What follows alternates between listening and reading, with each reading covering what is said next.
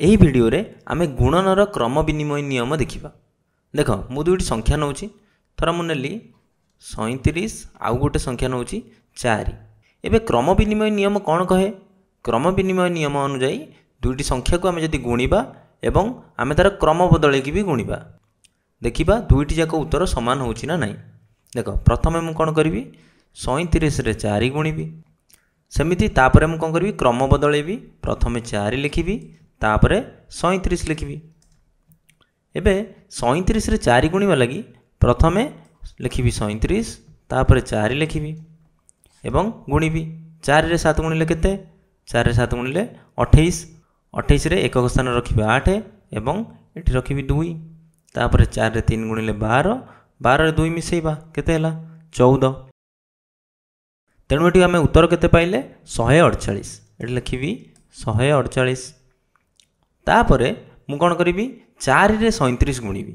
ତେଣୁ ପ୍ରଥମେ ଲେଖିବି 4, ତାପରେ ଲେଖିବି 37। ଆମେ ସବୁବେଳେ କ'ଣ କରୁ, ବଡ଼ ସଂଖ୍ୟାକୁ ଉପରେ ରଖୁ, ସାନ ସଂଖ୍ୟାକୁ ତଳେ ରଖି ଗୁଣୁ।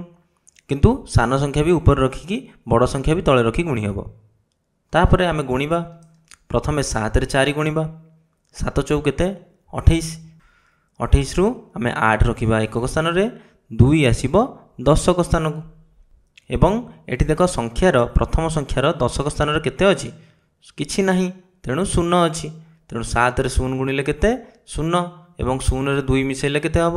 2। ତେଣୁ ଏଠି ଲେଖିବି 2।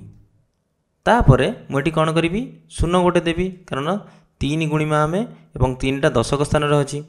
ତାମାନେ ଆମେ 30 ଗୁଣୁଛେ, ସେଥିଲାଗି ଏଠି ଗୋଟେ 0 ଦେଲି। 3ରେ 4 ଗୁଣିଲେ କେତେ ହେବ? 12।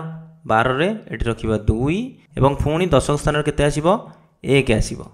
ଏଠି ଲେଖିବି 1। କିନ୍ତୁ ପ୍ରଥମ ସଂଖ୍ୟାର ଦଶକ ଅଙ୍କରେ କୌଣସି ବି ସଂଖ୍ୟା ନାହିଁ, ତେଣୁ 0 ଅଛି। 3ରେ 0 ଗୁଣିଲେ କେତେ? 0। 0ରେ 1 ମିଶାଇଲେ 1, ତେଣୁ ମୁଁ ଏଠି ଲେଖିବି 1। ତାପରେ ଆମେ ମିଶାଇବା। 8ରେ 0 ମିଶାଇଲେ 8, 2ରେ 2 ମିଶାଇଲେ 4 ଏବଂ 1। କେତେ ଆମେ ସଂଖ୍ୟା ପାଇଲେ? 148। ଏବେ ଏଠି ଆମେ ଦୁଇଟି ସଂଖ୍ୟା ନେଲେ ପ୍ରଥମେ, ତାପରେ ସେମାନଙ୍କର କ୍ରମ ବଦଳେଇକି ଆମେ ଗୁଣିଲେ ଏବଂ ଆମେ ସମାନ ଉତ୍ତର ପାଇଲେ। ତେଣୁ ଏହାକୁ ଗୁଣନର କ୍ରମ ବିନିମୟ ନିୟମ କୁହାଯାଏ। କ୍ରମ ବିନିମୟ ନିୟମ ଅନୁସାରେ ଆମେ କୌଣସି ବି ଦୁଇଟି ସଂଖ୍ୟା ନେବା, ଯଦି ଆମେ ତାକୁ ଗୁଣିବା ଏବଂ ଯଦି କ୍ରମ ବଦଳେଇକି ବି ଗୁଣିବା, ତାହେଲେ କ'ଣ ଉତ୍ତର ଆମର ସମାନ ରହିବ।